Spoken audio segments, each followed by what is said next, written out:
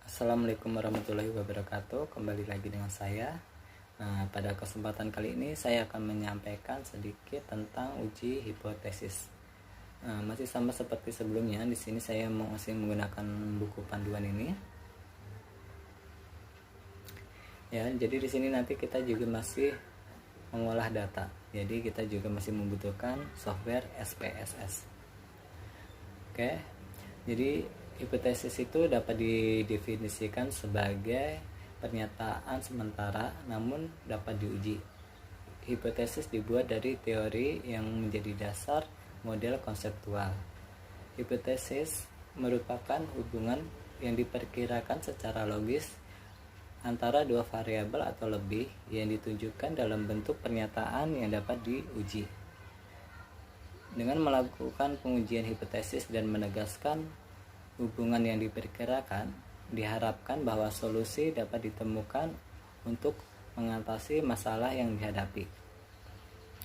Nah, menurut Cooper dan Skinner pada tahun 2017, hipotesis mempunyai beberapa fungsi. Di antaranya satu, memberi petunjuk dalam penelitian. Yang kedua, mengidentifikasi fakta yang relevan dan tidak relevan. Nah, yang ketiga, menunjukkan bentuk desain penelitian manakah yang paling relevan. Dan yang keempat yaitu memberikan kerangka kerja untuk membuat kesimpulan dari hasil penelitian. Nah, jadi nanti di sini kita akan dapat output yaitu uji F, uji T, dan koefisien diskriminasi. Nah, untuk lebih jauhnya agar kita lebih cepat memahami, ya mari kita praktekkan secara langsung. Oke, kita langsung saja mempraktekkan uji hipotesis. Jadi seperti sebelumnya, jadi data-data kita ambil dari buku, tinggal kita salin ke Excel aja. Jadi ada 5 variabel yang kemudian yaitu kita buka SPSS nya, klik variable view. Nah, tinggal kita tulis Y, X1, X2, X3, X4. Nah, kemudian pada desimal kita ganti ke 0.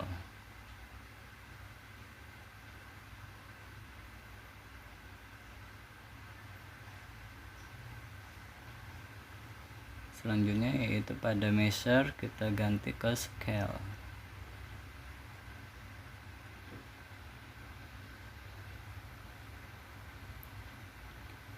Nah, kalau udah kita klik data view.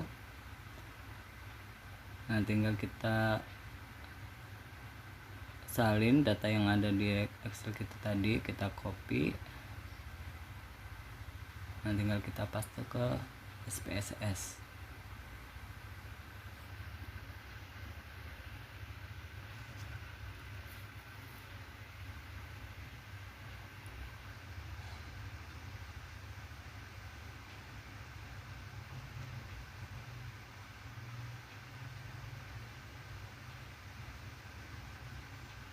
Oke, tinggal kita pindahkan dari Excel ke SPSS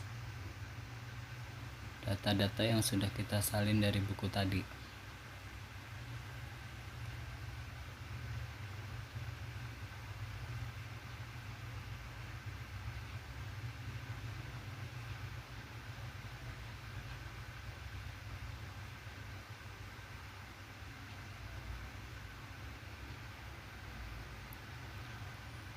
Oke, kita salin semua. Sekarang kita mulai ke uji Glaser ya. Jadi mulai klik analyze, klik regression, lalu klik linear. Nah, di sini ada kotak dependent dan independent S, ada kolom linear regression ya. Jadi dependent kita isi dengan Y. Nah, untuk S1, X2, X3, S4 kita pindahkan ke independent S.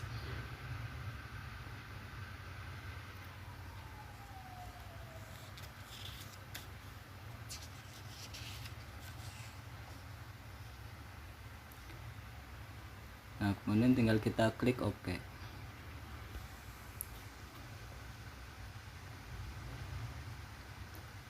Nah, di sini keluar atau menghasilkan output yaitu satu uji F, uji kelayakan model. Nah, hipotesis dalam uji F adalah sebagai berikut. Jadi berdasarkan output di atas menunjukkan bahwa nilai F statistik sebesar 12,141, sementara F table dengan tingkat koefisien 5% di F1 kurung K min 1 tutup kurung sama dengan 4, dan di F2 tutup buka N min K tutup kurung sama dengan 95 didapat nilai F table sebesar 2,467. Dengan demikian F statistik 12,141 lebih besar F table 2467 dan nilai sig 0,000 kurang dari 0,05, maka dapat disimpulkan bahwa HO ditolak. Maka dengan demikian dapat disimpulkan bahwa variabel-variabel independen dalam penelitian ini yang terdiri dari X1, X2, X3, X4 secara bersama-sama berpengaruh terhadap Z.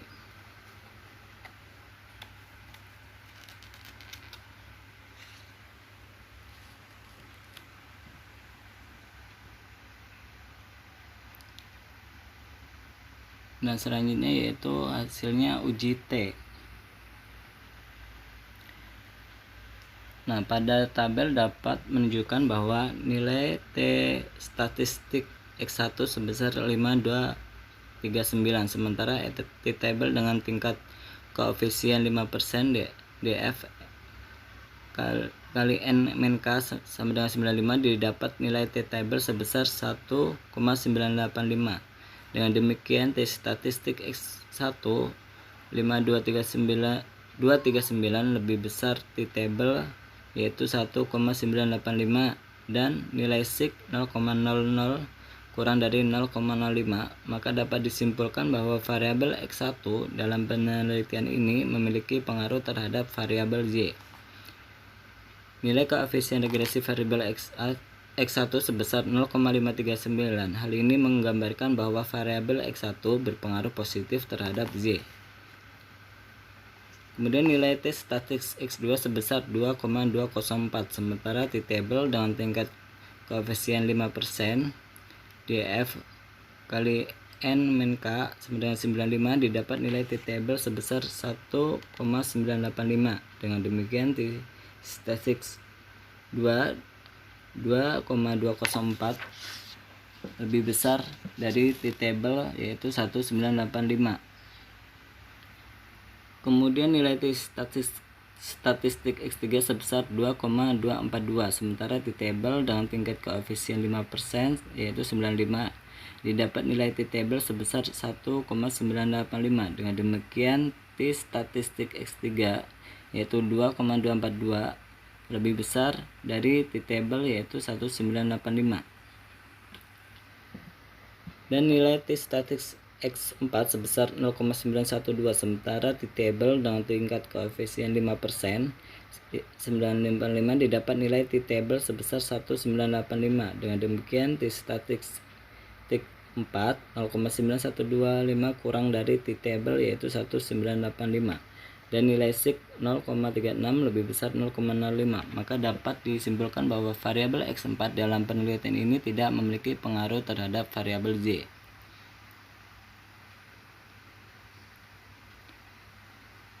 Nah, kemudian hasil yang didapat selanjutnya yaitu koefisien determinasi. Nah, pada tabel menunjukkan bahwa nilai adjust R² sebesar 0,3110, artinya bahwa variasi perubahan naik turunnya Z dapat dijelaskan oleh X1, X2, X3, dan X4 sebesar 31%. Sementara sisanya yaitu sebesar 69% dijelaskan oleh variabel-variabel lain yang tidak diteliti dalam penelitian ini. Nah, itulah sedikit ulasan tentang uji hipotesis yang dapat saya sampaikan, dan maaf kalau banyak kekurangan, dan semoga bermanfaat. Terima kasih.